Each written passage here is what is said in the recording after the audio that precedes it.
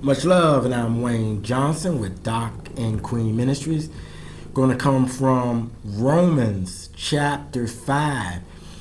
But before we get started, let us start out in prayer. Dear gracious and wonderful Father, we thank you for this day. We thank you, Lord, for the beginning of March. We thank you, Father God, for taking us from point A to this point here. Lord, we thank you for all that you do. We thank you, Lord, for your word. Allow your word to move within our minds and in our hearts, that we may be more receptive to continue to study, learn your word, and do your word. And in Jesus' name, amen. Hey, so let us get started with Romans chapter 5. We're going to start off right with verse 1 and continue all the way to the end of chapter 5. And it reads, "We have been made right with God because our faith.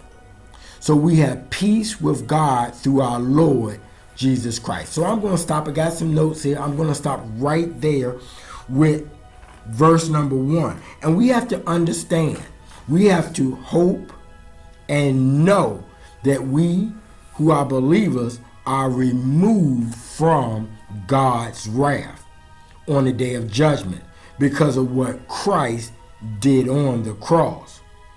And we must follow through with it. Read it again. We have been made right with God because of our faith. So we have peace with God through our Lord Jesus Christ. Through faith in Christ, we have been justified. So we are righteous by God. So believers can live in peace with God. Verse 2 says, "Through our faith, Christ has brought us into that blessings of God's grace that we now enjoy. And we are very happy because of the hope we have of sharing God's glory." Believers on the last day will be perfected. This is what we as believers now can hope for and know that will come. Verse 3, "And we are also happy with the troubles we have." Why are we happy with troubles? Because we know with these troubles makes us more patient. And this patience is proof that we are strong, and this proof gives us hope. Believers have future glory, but we also rejoice in our present trials, our tribulations, and our sufferings. Why?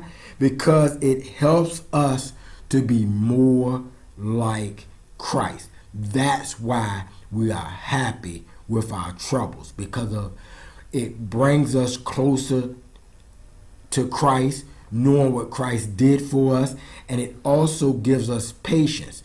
And that patience helps us to understand how everything works for us in this life. We can expect and understand how to look at things differently, the way Christ looks at things, not so much from our fleshly body, which has the emotions and feelings of things.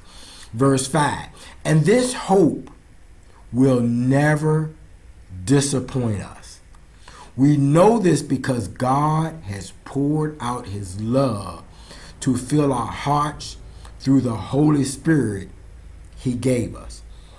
We receive God's love through the Holy Spirit at conversion. Verse 6, "Christ died for us when we were unable to help ourselves. We were living against God, but at just the right time, Christ died for us." Very few people will die to save the life of someone else, even if it is for a good person. Someone might be willing to die for an especially good person. But Christ died for us while we were still sinners. And by this, God showed how much he loved us.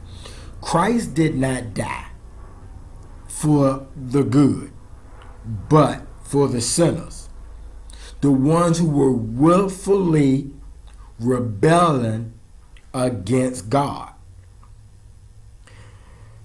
Love motivated God's plan to have his son die on the cross for us. That is something special. That is something to be said from our Father God, who gave his only begotten son for us who were sinners, who were rebelling against God, and God sent his son. Verse 10. I mean that while we were God's enemies, he made friends with us through his son's death. And the fact that we are now God's friends makes it even more certain that he will save us through his son's life. Reconciliation is friendship. Justification is legal. Christ's death and resurrection was necessary for salvation.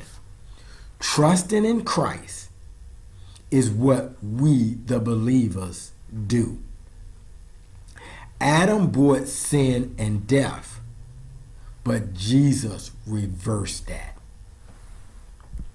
Verse 12.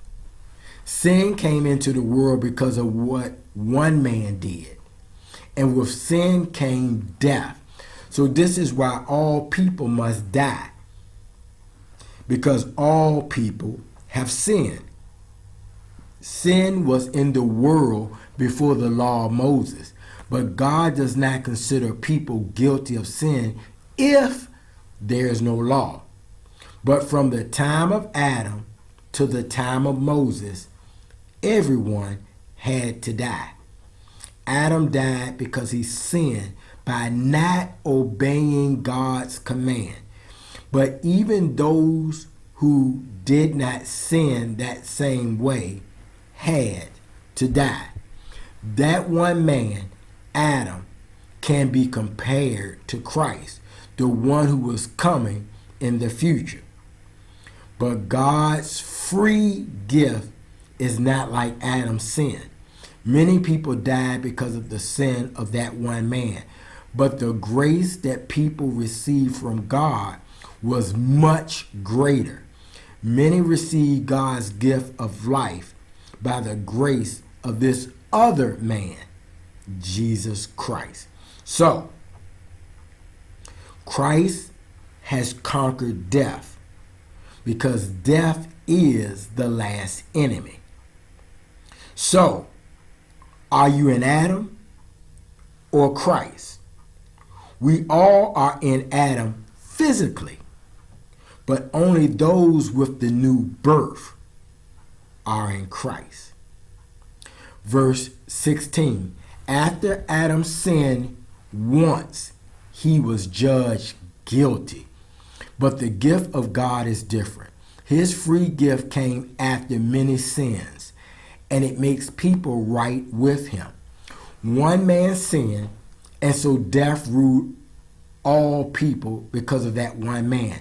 But now, some people accept God's full grace and his great gift of being made right.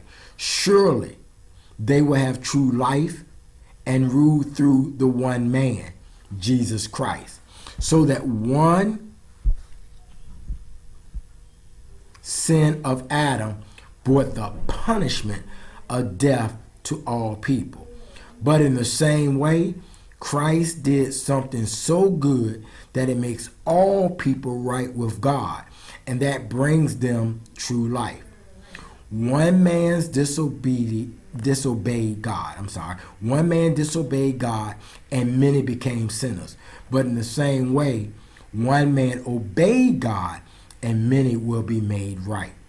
The law was brought in so that more people would sin the way Adam did. But where sin increased, there was even more of God's grace. Sin once used death to rule us, but God gave us more of his grace so that grace could rule by making us right with him. And this brings us eternal life through Jesus Christ, our Lord. So, it's all about Jesus Christ. God gave us, who had become his enemy because of the one man, Adam, who sinned. And we all are connected to Adam. However, that connection with Adam cut us off from God. And being cut off from God, we needed someone to reopen the connection with God. That was Jesus Christ. So, with Jesus Christ dying and resurrection from death brings us back when we believe in him and when we believe in Jesus and the whole resurrection principle and posture that Jesus took on reconnected us with God, bringing us the friendship that now we have back with God the Father. We are no longer closed from God, but now back in right relationship with God because of his Son, Jesus Christ. Take care. God bless. Much love.